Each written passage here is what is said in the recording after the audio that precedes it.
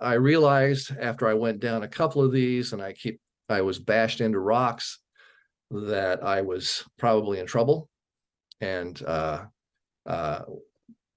when the current tossed me out of these vertical eddies, I would start to see light up ahead of me and bubbles and hear the roar of the water, because down below it was quite silent.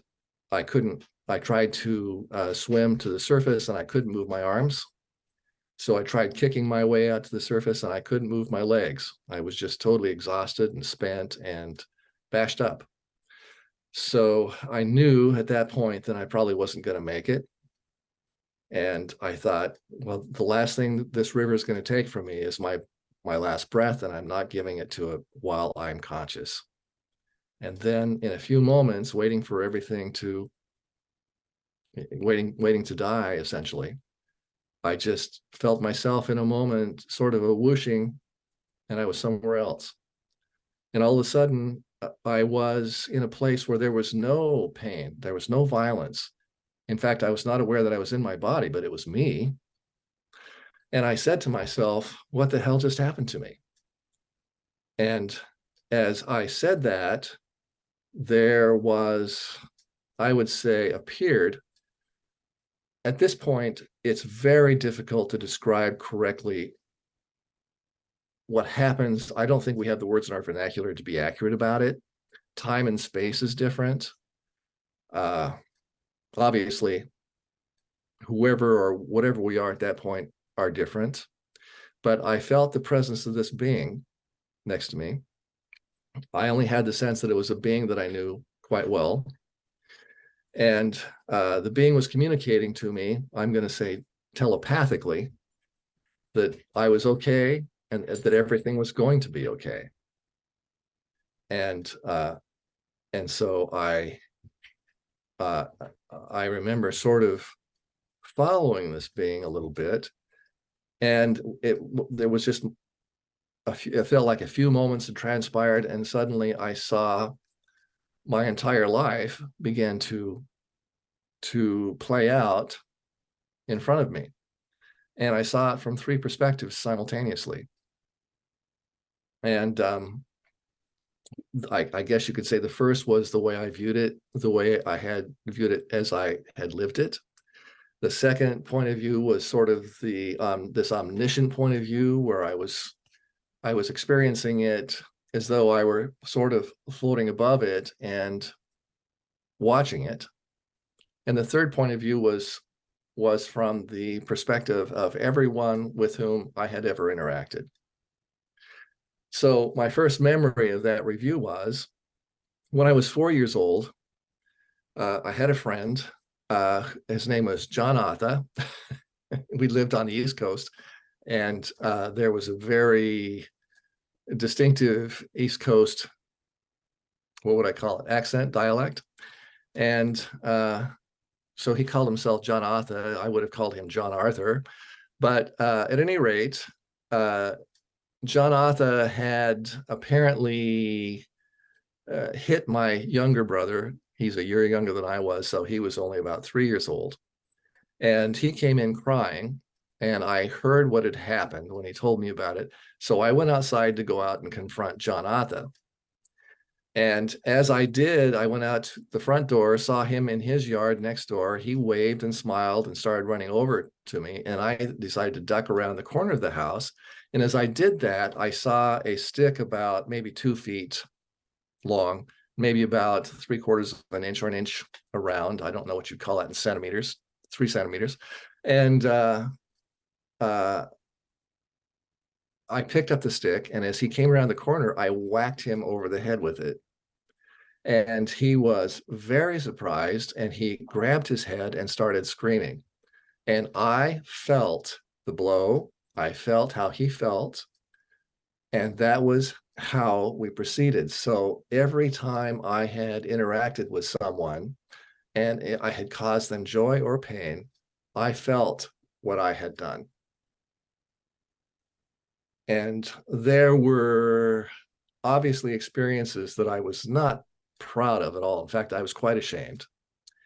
And as I turned my attention to this being who I felt was beside me, I received no judgment whatsoever.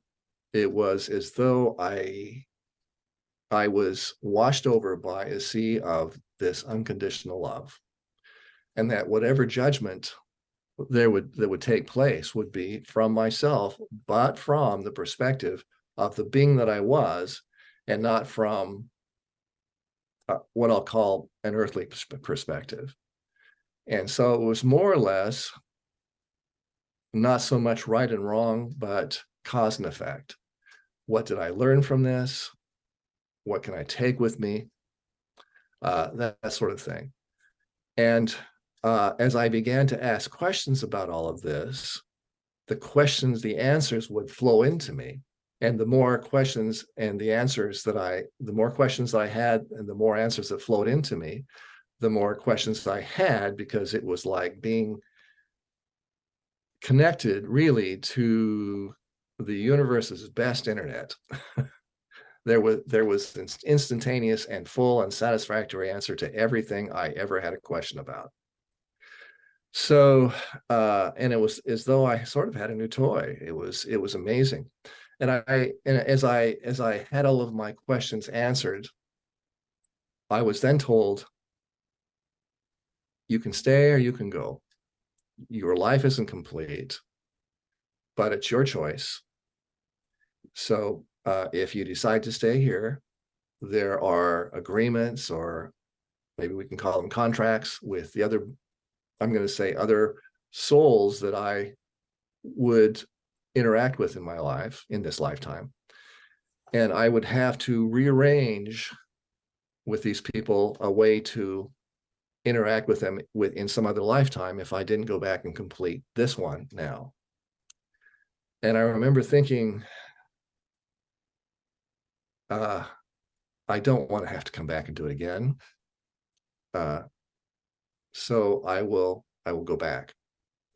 And I felt regretful about it, because it was a place where okay, I'm going to say that I think on earth we feel like whatever sort of divinity there is, it's somewhere else, whether it's in heaven or some other dimension or whatever. But from my experience from this experience, it felt as though I were dwelling within the consciousness of God, and that we all do.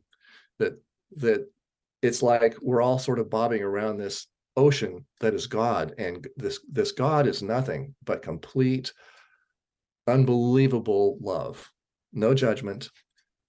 And I had the sense that this gigantic, all-encompassing love was the power that created everything. So anyway, I didn't want to leave this, but I decided that I should the most expedient way of taking care of things was to go back. And so I made the decision to go back. And in the next moment, I found myself floating just under the surface, down at the bottom of this staircase. And Breck, in the kayak, I sort of see my friends as though I was sort of hovering above them, and they all were ashen gray, looking for me. And Breck found me. He saw my orange life vest come down through the channel, and he grabbed it and he pulled me up, and he started yelling at me to breathe and to grab a hold of this rope loop that was on the end of his kayak, and he would tow me out. What happened within the next couple of weeks was I was trying to process all of what had just happened to me. And trust me, I was not at all certain what had. I would say we're all going to die. These bodies eventually will deteriorate to the point where it can't sustain life anymore, but they're not. This body is not me. So grateful that I have it, but it's not me. Who I am is me. and I knew that when I was outside of my body.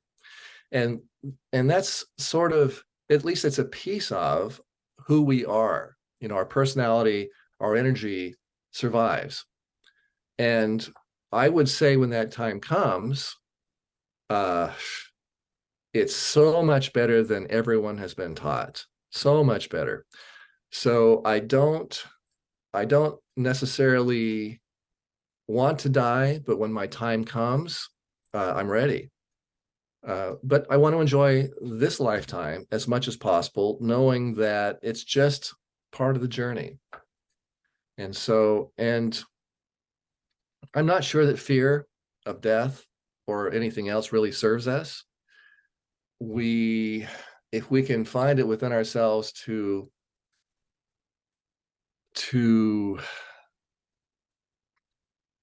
lean into whatever happens to us. And if I get a cancer diagnosis, you might have to ask me about it again, but something like that.